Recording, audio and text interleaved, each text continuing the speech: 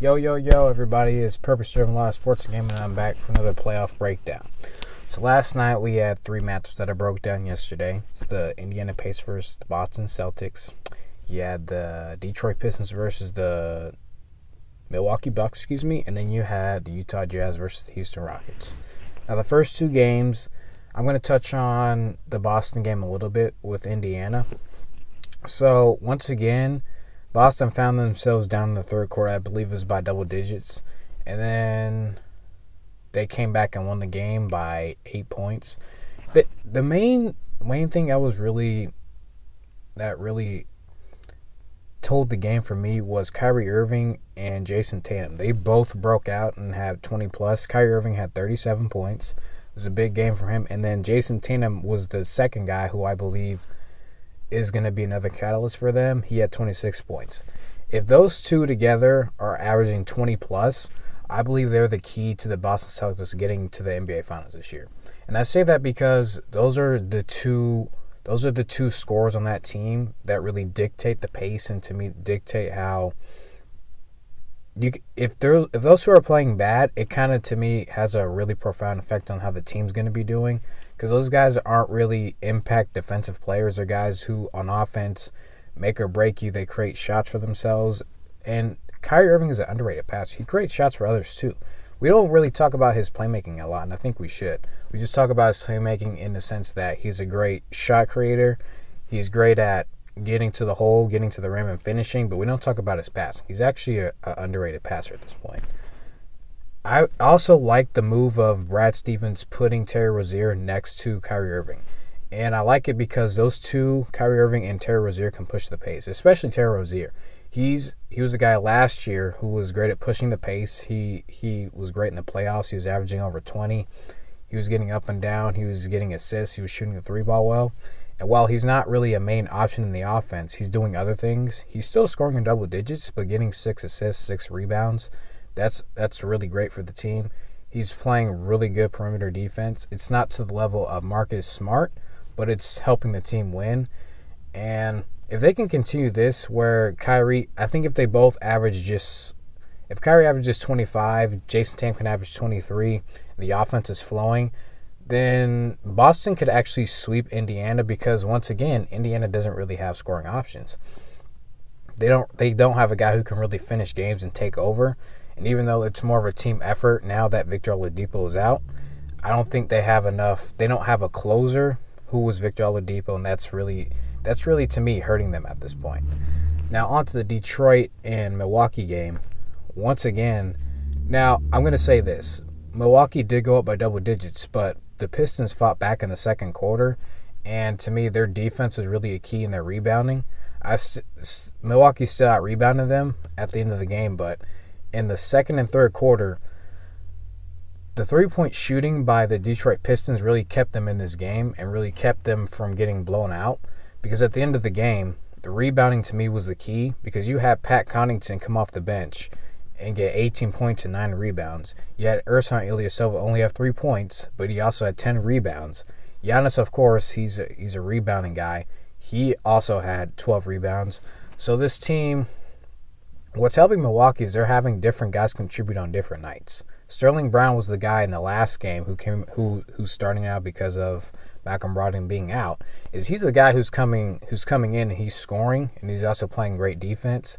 Eric Bledsoe in this game was great. He had 27 points, 6 assists, 4 rebounds. He had 3 steals.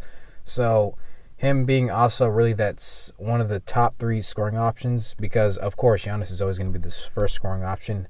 Him and also Chris Middleton had 24 points. So them contributing together is really helping Giannis and how they're trying to make this deep postseason run. And it's another problem for the Detroit Pistons is that what makes Blake Griffin so effective is that he can space the floor. He's actually become a really good three-point shooter. He can drive to the lane. He can post up. And Blake Griffin, as everybody knows, is such a great passer that part of his game is what's really missing from the Detroit Pistons because as good as Reggie Jackson is as a driver, as a scorer, he's not a great playmaker. And to me, that's kind of hurt Andre Drummond to a certain extent because him getting those passes from Blake Griffin A guy who, like I said, can space the floor because he can stretch guys out. That the spacing it's different now without Blake Griffin. So, of course, Milwaukee won by 21. It was 120-99, which I predicted that they would win by double digits. I was wrong in my prediction, I believe, about the Celtics, but they still did win by 8. I thought they would win by at least 10, so I wasn't that far off, but I was off. And then I was definitely off when I picked the Utah Jazz to upset the Houston Rockets. What I really thought in this game was I was going to see that Donovan Mitchell was going to come back and be aggressive in this game. But what I saw was more of the same from the last game. He shot 5 of 19 from the field, 1 of 8 from 3. Once again, he was in foul trouble in the first quarter. He had 2 fouls within the first 3 minutes. Now, I can understand because you're defending a guy like James Harden who's great at drawing fouls. James Harden was on fire from the beginning of the game. So that really did not help Utah's chances. And what it really looks like to me that's kind of alarming is that Utah is kind of scared to get physical and kind of scared to put Houston at the line. I think Utah needs to stop being scared of that and invite physicality, because what that's going to do is that's going to slow down the game, and Houston's not going to be able to go out and transition and pick up the pace. What Houston likes to do is get stops. They like to get guys into the corners and have guys who run to the rim. Usually one guy's going to run to the rim while everybody else is spacing out for threes. That's how James Harden gets all those assists. Houston only had 17 assists, and I believe it was either 9 or 10 from James Harden. But that's how Houston plays their game. If Utah can really slow down the pace, that's going to be in their favor once they bring this back to Utah, which the next 2 games are in Utah. They have to not be afraid to be physical with Houston. And they have to... The only guy that I think is really not afraid of James Harden is Ricky Rubio.